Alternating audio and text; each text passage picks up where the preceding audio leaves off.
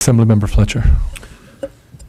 Thank you. Can you touch just a couple quick questions on the cap issue in terms of is there some dollar amount at which this project should not go past?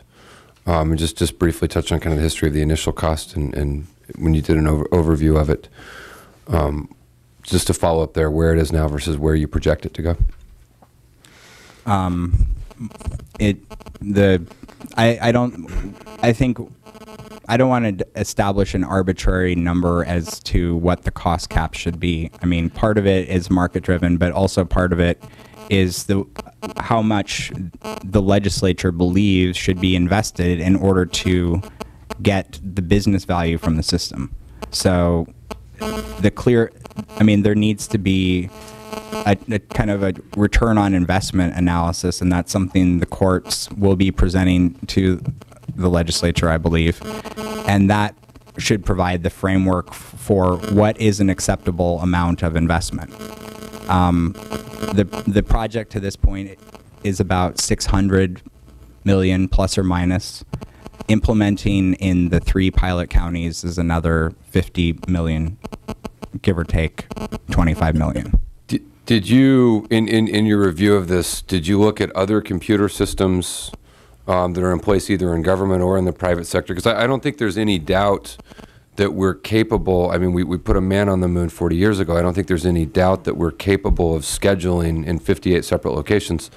But I think our question in terms of being accountable to taxpayers is, are we getting the best system and the best return on the investment? So when you did your analysis, did you look at other computer systems that are utilized either in the private sector or in the public sector that do similar complicated things? Yes, we've compared this. One similar system is the state's child support system, which is probably almost equal in terms of complexity. It's also another 58 county system. We looked at many of the social services systems for dimension and complexity. If you look right now, the state has 3 statewide automated welfare systems.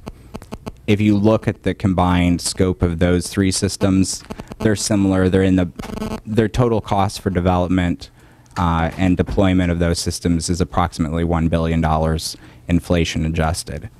So in terms of dimension, $1 billion is probably about the size of a system of this complexity. Did you look outside the government realm to what a private company that had, say, 100 offices around the world? Yeah, there's the state CIO who comes from an organization that does global supply chain. This is about the same kind of dimension that you'd pay for a global supply chain system. And you have those? Do you have those outlined in one of your reports? Because I didn't see it in the one I have. We did comparables to government because we believe those are most relevant given the very specific nature of this type of system. But we'd be happy to share that information with you. In terms of the comparables, so you think at a projected cost of $1 billion plus or minus a couple $100 million that it's on track and makes sense? I mean, it's within a reasonable. I mean, it's within a comparable set of costs. In terms of the cost-benefit analysis, sure, when you achieve the ROI is a critical question as to whether or not the investment is worth it. Last question, Mr. Chair. Do you worry that if you don't have a hard cap and a hard deadline, things never actually get done and costs never actually stop exploding? Right. Because at some point, if you don't set a cap, what's the incentive to actually restrain costs? And if you don't actually set a deadline, what's the incentive to actually get it done? I couldn't agree more. Okay. I mean, we are firmly in support. Our recommendations were the need for a firm schedule and the need for a firm cap. Okay. You just haven't determined you're still working on what the cap amount should be. Right. Fair enough. Okay. Thank you.